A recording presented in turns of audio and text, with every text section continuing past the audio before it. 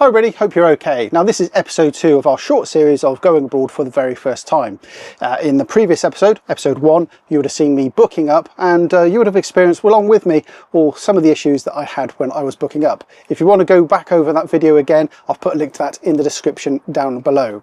Now in this episode I've been out with the debit card and I've been buying things, specifically stuff we need for us to go away. Most of these things I bought on Amazon, and to help everybody else along I've created a group of products in our Amazon storefront for you to go and click on and have a look through all the items which I've bought with me along today. So without further ado, let's go through some of the things that we need. Some of them, by the way, are legal requirements. Others are recommended. So let's get the ball rolling and start off with the pack that I bought from Amazon. This pack from Ring covers the majority of the legal requirements needed to travel into Europe. There are a couple of exceptions of things though, which I will come on to in a moment, but this is a good start. The kit comes in a really handy bag and it includes 2 high-vis jackets. I need one for each person and these need to be easily accessible from inside the car. A warning triangle, and I can grab this easily if I keep all this kit together in the back of the car. A foil blanket, just in case it's cold outside during a breakdown. A first aid kit. Now I know I have one in the car already, but up until this video I never checked it, and the kit is as old as the car. Most of its contents expired back in 2014, so this is a really useful thing to have. Headlamp deflectors. Now I need these for my car, however modern cars may not require them, depending on your headlight construction. There's a bulb kit. Now I already have one for the Caravan, but this is useful for the car. There's a UK sticker. There's only one of these in the pack and I need one for the car and the Caravan. Now if I have a UK insignia on the number plates, I don't need a UK sign for France. However, to stop any potential issues, I'll happily have one of these on the car and the Caravan. As well as this kit, I've also purchased a magnetic UK badge, and these came as a pack of 2 and would be perfect for our car. On top of this, I have a large format roadmap just in case we lose signal or run out of data.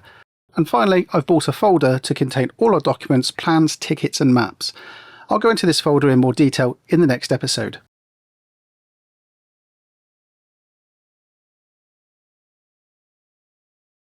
Now, the rest of the stuff that I've purchased centres around the electric hookup. So, I've bought myself an adapter cable here, which goes from our blue socket, which is very familiar to anybody with electric hookup, and it's got a European plug on there as well. There are campsites, I believe, which still use these. We don't know what we're going to be faced with when we get abroad.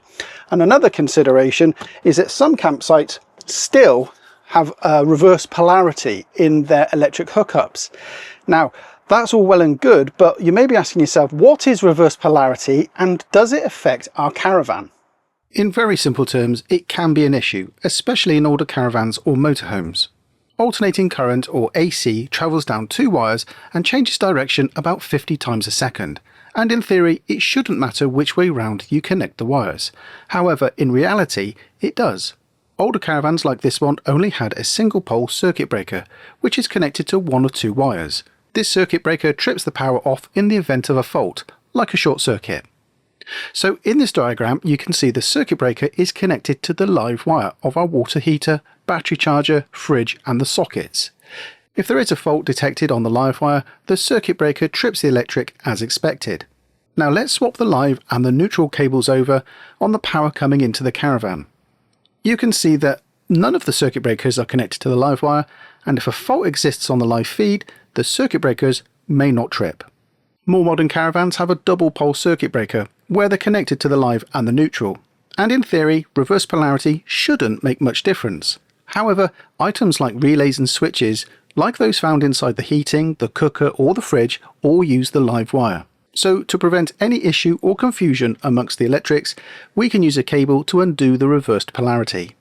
This cable simply swaps the live and the neutral over, but how do you know if you have a reverse polarity issue?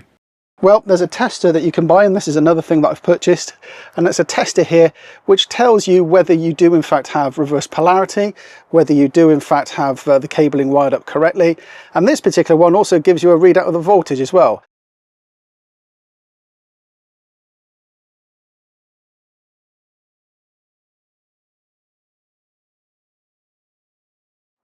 Okay, so away from Amazon, there's a couple of other things which I've purchased. First of all, a tag for the péage or toll roads. Now, where we're going, I don't think we are going to see any toll roads, but we may want to go out for an extended day out. We have it in our mind that we may want to do this, and there will be some toll roads en route. So I've bought myself a tag. Now, in actual fact, I got it through the Caravanning Motorhome Club, and it was free as part of a member benefit. I only got the one for France. I think it was the Liberty tag that I got in the end, and I've registered that, I've installed it, and I've put that in the car already. Now, the great thing about tags is that you can pay after the event, so you go through the tolls at some speed. I think it's 30 kilometers an hour you can go through them, and you're invoiced when you get back home, so it's the month after you return from your trip. Perfect if you just want to keep hold of some spending money whilst you're abroad and you don't have to worry about paying for all the toll roads, which I hear can be pretty expensive. So we'll suffer that when we get back if we do encounter any toll roads. And finally, the last thing I have done is I've bought a Crit sticker. Now, that is for the clean air zones that are in France at the moment. Now, again, where we're going, I don't think there are any clean air zones. However, like I've previously mentioned, we may be going out for an extended day out, and I am aware that Brittany may be putting in some zones in the near future. And this is something that's only ever going to expand. It's only ever going to get bigger and bigger. So it's worthwhile just paying the €4, getting your car registered, and then it's a one-time payment that you need to do on your current car. Now, in the next episode, I'm going to go through more about the Crit sticker and some useful apps that you can use to work out whether you need them when you're going away abroad. Not just France, but Europe in general.